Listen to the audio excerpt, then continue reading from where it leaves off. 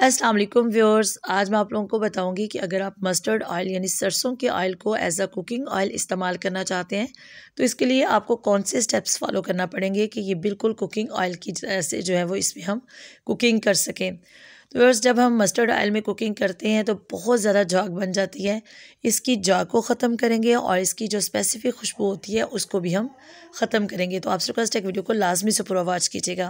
तो बस 2 किलो देसी ऑयल के लिए जो है वो मैंने 3 प्याज दरमियानी साइज़ की इसका छिलका उतार लिया और इसके साथ अदरक के 2 टुकड़े हैं और व्यूअर्स लहसुन के 10 से 12 जवे हैं और सब्ज़ मिर्च हैं 8 से 10।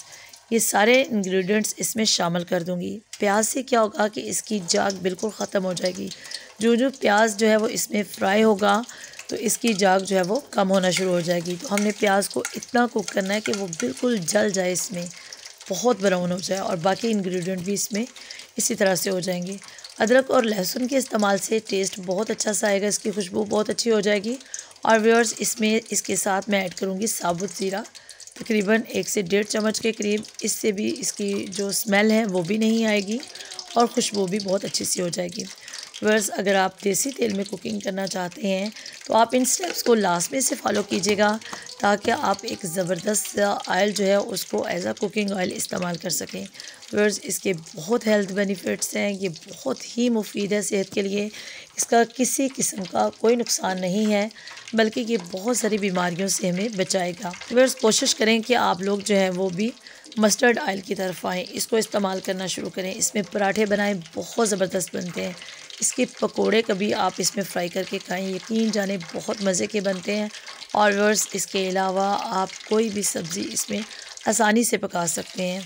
करेले बहुत ज़बरदस्त इसमें बनते हैं, भिंडी बहुत आउटस्टैंडिंग इसमें जो है वो तैयार होती है। व्यूअर्स, देखें झाग जो है इसकी कम होना शुरू हो गई है। जो प्याज फ्राई होगा झाग जो है वो तकरीबन ख़त्म होती जाएगी। तो इसको बहुत ज़्यादा हमने डार्क ब्राउन होने तक फ्राई करना है। व्यूअर्स, आप चाहें तो प्याज को भी जो है वो आप क्यूब्स में काट के इसमें ऐड कर सकते हैं ताकि ये जल्दी से जो है वो कंप्लीट हो जाए। इसका कुकिंग प्रोसेस तकरीबन 30 मिनट जो है वो इसको लगेंगे कुक करने में। और एक दफ़ा आप आराम से इसको करके रख लें तो आप इसको जो है वो ठंडा होने के बाद अच्छी तरह से छान लें और किसी भी गैलन में या फिर बॉटल में आप भर कर रख सकते हैं और जब आपने इसको इस्तेमाल करना हो आप इस्तेमाल करें।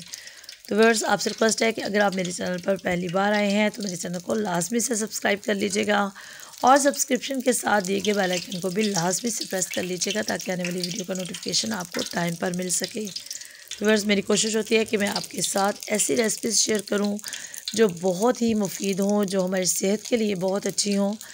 तो आप सबसे रिक्वेस्ट है कि आप इसको लाजमी से ट्राई कीजिएगा। कुछ दिन आपको थोड़ा अजीब लगेगा लेकिन फिर आप जो है वो यूज़ टू हो जाएंगे और एक अच्छी और हेल्दी लाइफ की तरफ जो है वो आपका जो है वो सफ़र शुरू हो जाएगा। तो बस ये थी आज की छोटी सी बहुत ही हेल्दी सी रेसिपी। इसको ट्राई कीजिएगा, कमेंट करके अपने फीडबैक से आगाह कीजिएगा। अल्लाह हाफिज़।